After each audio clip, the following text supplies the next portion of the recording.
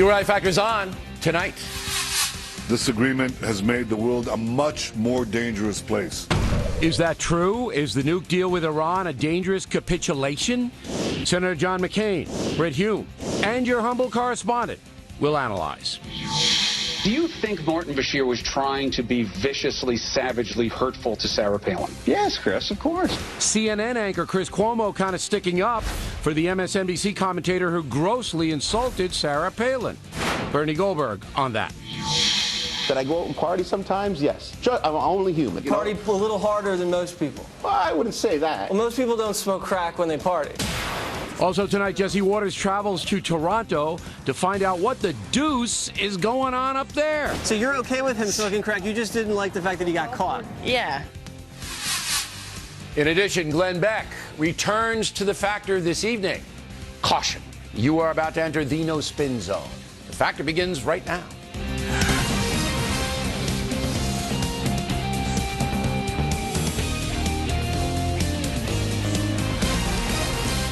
Hi, I'm Bill O'Reilly. Thanks for watching us tonight. Is the nuke deal with Iran harmful to America?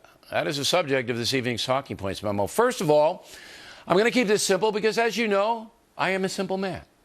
Over the weekend, President Obama and Secretary of State Kerry told the world that a compromise had been reached with Iran over nuclear weapons. Immediately, there was controversy. But we must be skeptical here. First of all, there are folks who don't care whether Iran gets a nuke. The give peace a chance crowd will sign on to any deal. On the opposite side, there are Americans who will oppose anything President Obama does. Therefore, they will object to the deal with Iran on that basis. So let's put those two groups aside for a moment. There are two key things in place. First, the agreement slows down but does not stop Iran's development of nuke weapons. That's why the Israelis are so angry. They want Iran's nuclear program to stop the enriched uranium that the Iranians already have destroyed. But under this deal, it's not going to happen. Secondly, President Obama says this is just the first part of the deal, that more stringent controls will be brought to Iran after 6 months. Again, the anti-Obama forces do not believe that will ever happen. On the other side, many believe that it's good we are engaging the mullahs, that talking with them is better than shooting at them. And although some sanctions are lifted, most stay in place and can be reinstituted, or so the president says. To bolster that point of view, you can legitimately say that the sanctions have worked. Iran's hurting, their economy's in shambles, largely because of the sanctions. And remember, there were Americans who said sanctions would never work. But cutting to the nuke chase, Talking Points believes that the USA could have made a better deal. If we had held out for a few more months, the Iranian economy would have gotten worse, and we, the USA and its allies, would have been in a stronger position to make Iran give up much more.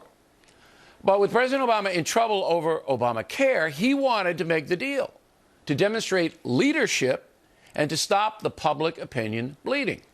But that might not work, as some Democrats, especially those in states with big Jewish populations like New York, don't like the deal.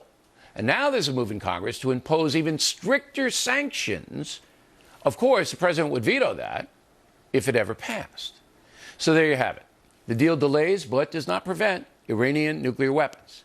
The president says a better deal will be forthcoming.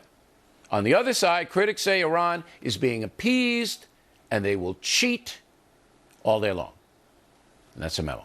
Now for the top story tonight, reaction joining us from Tucson, Arizona, Senator John McCain, a foreign policy expert. Am I making any mistakes, Senator? No, you're not, Bill. I would add that there are three factors in developing nuclear weapons. One is the material itself. The other is the weapon that would go on the missile, and the missile. The other two, they are proceeding apace on. Second of all, we're looking now at Iran on the issue of nuclear weapons. While they're sending 5,000 Hezbollah into Syria, the Iranian Revolutionary Guard is training and in bragging about being in Syria, killing Syrians.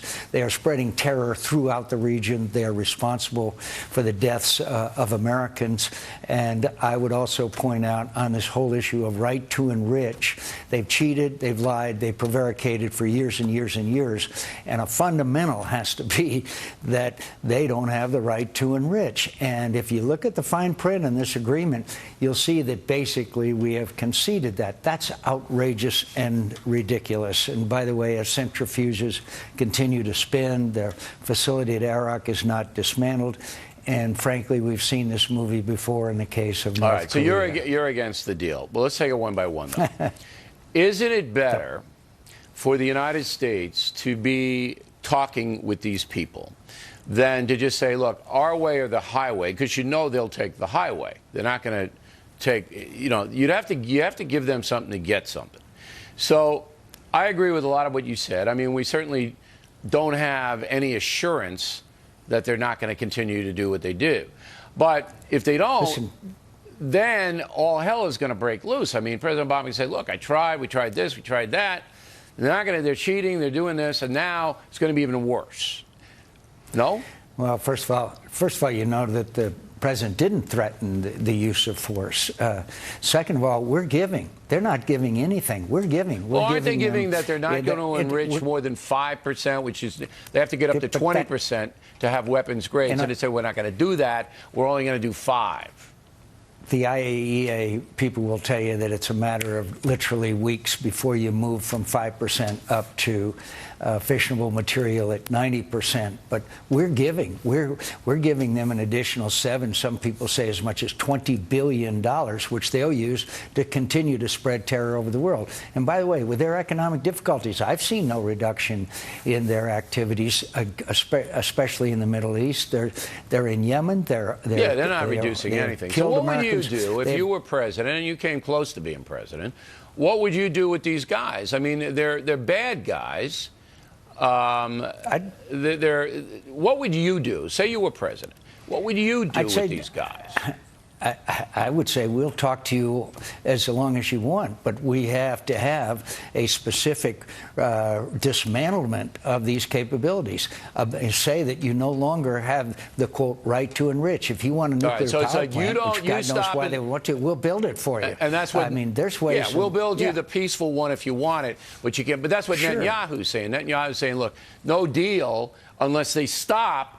You can't just stop a little. You got to stop totally. All right, you would do that.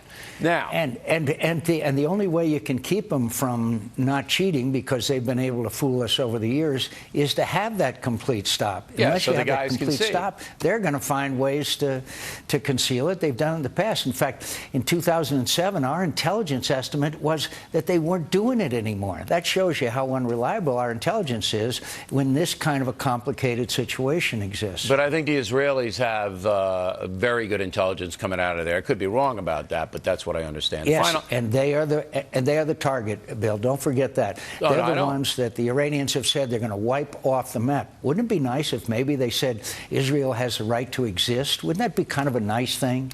They're not nice people, Senator, as you know. Final question. All right. President Obama, is he doing this deal to get away from the Obamacare chaos? I won't accuse him of that, but I am accusing him of doing a deal that is fundamentally flawed and is, if not seeking to divert attention, has that effect. But this is, look, 6 months from now, we have to pass, you were talking about Congress, we have to pass legislation that tightens the sanctions if 6 months from now there is no deal. Right now they're talking about 6 months and then maybe months after that and maybe months after that. Meanwhile, the centrifuges spin, and you and I have seen negotiators who negotiate for the sake of negotiation. All right, Senator, we appreciate you coming on. Happy Thanksgiving to you and your family. Next on The Rundown, Britt Hume will tell us whether President Obama will win or lose on the Iran situation. Later, Bernie Goldberg will analyze Sarah Palin's CNN and MSNBC.